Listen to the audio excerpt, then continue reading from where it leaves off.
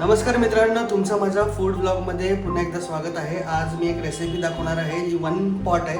म्हणजे बेसिकली आपण पास्ता बनवतो तेव्हा कसं करतो की पास्त्याला पहिले आपण बॉईल करतो, मग त्याच्यानंतर मग बाकी देतो त्याचं बोलतात ना ते तामझाम करतो, मसाला वगैरे त्यात पास्ता ॲड करतो. आपण हे डायरेक्ट करणार आहोत. डायरेक्ट हे कढईमध्येच सगळं काही मसाला वगैरे त्याचा जे पण काही बनवायचं इंडियन स्टाईल मसाला पास्ता डायरेक्ट बनवणार आहोत. मसाला रेडी करून वगैरे सगळं काही ते तुम्हाला मी प्रोसिजर कसं आहे ते तुम्हाला आता मी दाखवतो, तुमच्याशी मी शेअर करतो. कधी तरी बोलतात ना नाश्त्यासाठी खूप छान वाटतं असं अचानक, म्हणजे बोलतात एकदम पटकन झटपट बनणारी रेसिपी आहे. चला स्टार्ट करूया. सर्वात पहिले आपल्याकडे साहित्य काय काय आहे जे मी म्हणजे काय घेतले ते तुम्हाला दाखवतो.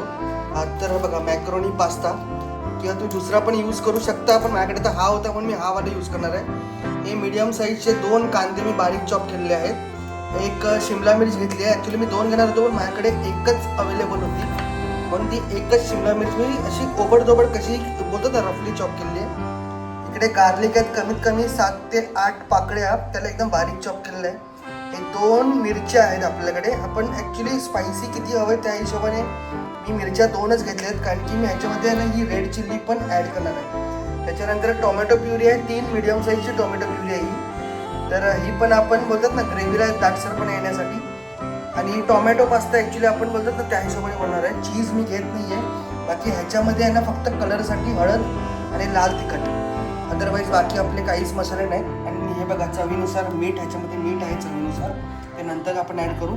आणि हे मिक्स हर्ब्स आहेत माझ्याकडे, जे आपण पास्त्याला वगैरे किंवा पिझ्झा वगैरे आपण काही बनवणार असू ना त्याच्यामध्ये ॲड करण्यासाठी मिक्स हर्ब्सचं पॅकेट मार्केटमध्ये ऑलरेडी येतं, अवेलेबल आहे. तर मी ते डायरेक्ट रेडीमेडच घेतलेलं आहे. तर आपण आता सुरू करू. ॲक्च्युली हा पास्ता बनवताना ह्याच्यामध्ये मी सिक्रेट इन्ग्रेडियंट्स म्हणजे ॲक्च्युली मसाल्याचाच आयटम आहे, तुम्ही काय टाकणार आहे ना तर तुम्हाला प्रोसिजर करता मध्ये तुम्हाला माहीत पडेल. सध्या मी सांगत नाही आहे, पुढे बघा त्यासाठी कंटिन्यू. तर मित्रांनो आपली कढई गरम झालेली आहे. ह्याच्यामध्ये मी ॲड करतो आहे बऱ्यापैकी ऑइल. तर कढईमध्ये आहे ना ऑइल मी पसरवून घेणार आहे ॲज युजल. जसं की तुम्हाला माहीत असेल की आपले बोलतात ना इन्ग्रेडियंट्स खालती आहेत ना चिकटणार नाहीत कढईला. तर ह्याला चांगल्यापैकी आहे ना गरम होऊ द्यायचं. आपलं ऑइल बऱ्यापैकी गरम झालेलं आहे. तर आता मी ह्याच्यामध्ये ॲड करतोय गार्लिक आणि त्याचसोबत बारीक चिरलेली हिरवी मिरची.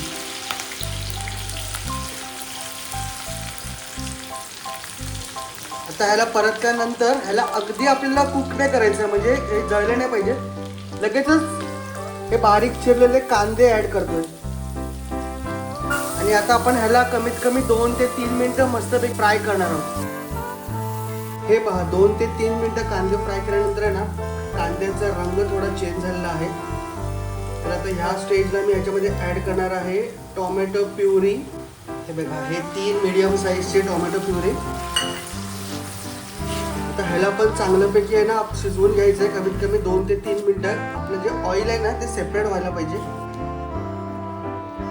आपली टोमॅटो प्युरी व्यवस्थित मिक्स केल्यानंतर आहे ना आता ह्या स्टेजलाच आपण सुरुवातीलाच आपण ह्याच्यामध्ये सगळे पावडर मसाले ॲड करणार, जसं की ही हलकीशी हळद आणि हे लाल तिखट.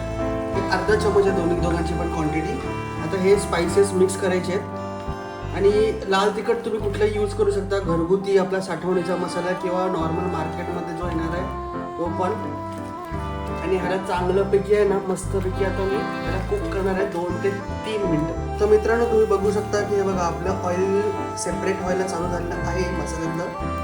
थोडंसं आहे ना मी असं आहे बघा ह्याला असं स्मॅश करतोय आपल्या स्पॅच्युला, काय बघा उलटान जे पण काय हे माझ्या सिलिकॉनचं आहे म्हणून होत असेल. आता अदरवाईज तुम्ही ते पावभाजीचं मॅशर असतं ना त्याच्याने पण करू शकता. थोडंसं बोलतात ना आपली ग्रेव्ही थोडीशी दाटसर होण्यासाठी मदत होईल. तर हे झालेलं आहे. आता ह्या स्टेजलाच मी ॲड करतोय हा पास्ता हा 200 ग्राम आहे.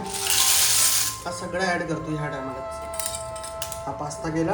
आणि हे कॅप्सिकम माझ्याकडे कमी होती, अदरवाईज तुम्ही दुसरी पण टाकू शकता ज्या रंगीबिरंगी येतात. माझ्याकडे ही सध्या अवेलेबल होती आणि ती पण एकच होती स्मॉल साईजची, तर ठीक आहे.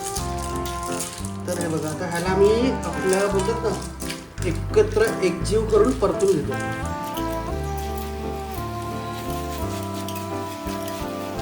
हे बघा चटचट आवाज यायला लागलाय. तर आता हे परतून झाल्यानंतर आपण ह्याच्यामध्ये आहे ना ॲड करणार आहोत गरम पाणी. हलकसं बोलतात ना गुणगुणा पाणी बोलतात ना तसं हलकसं गरम पाणी ॲड करायचं. आपलं परतून झालं, मिक्स करून झालं व्यवस्थित. जितका पास्ता होता ना सध्या तर मी तितकंच ह्याच्यामध्ये पाणी ऍड करतोय. जास्त पाणी मी ऍड नाही करणार आहे कारण की मी त्याला जास्त असं ग्रेव्ही टाईप नाही करणार आहे. तर हे बघा ह्याला व्यवस्थितपणे ढवळून घेणार आहे, मस्तपैकी मिक्स करणार आहे. ह्याला मस्तपैकी बॉईल होऊ द्या. ह्याच्यात मी हलकंसं मीठ टाकणार आहे कारण की ह्याच्यामध्ये मी एक जो सिक्रेट इन्ग्रेडियंट टाकणार आहे ना त्याच्यामध्ये पण मीठ बऱ्या प्रकारे असतं. तर ह्याला सध्या आपण बॉईल करायला आपण ठेवलेलं आहे. एक 7 ते 8 मिनिट ह्याला बॉईल करायला ठेवणार आहे मी.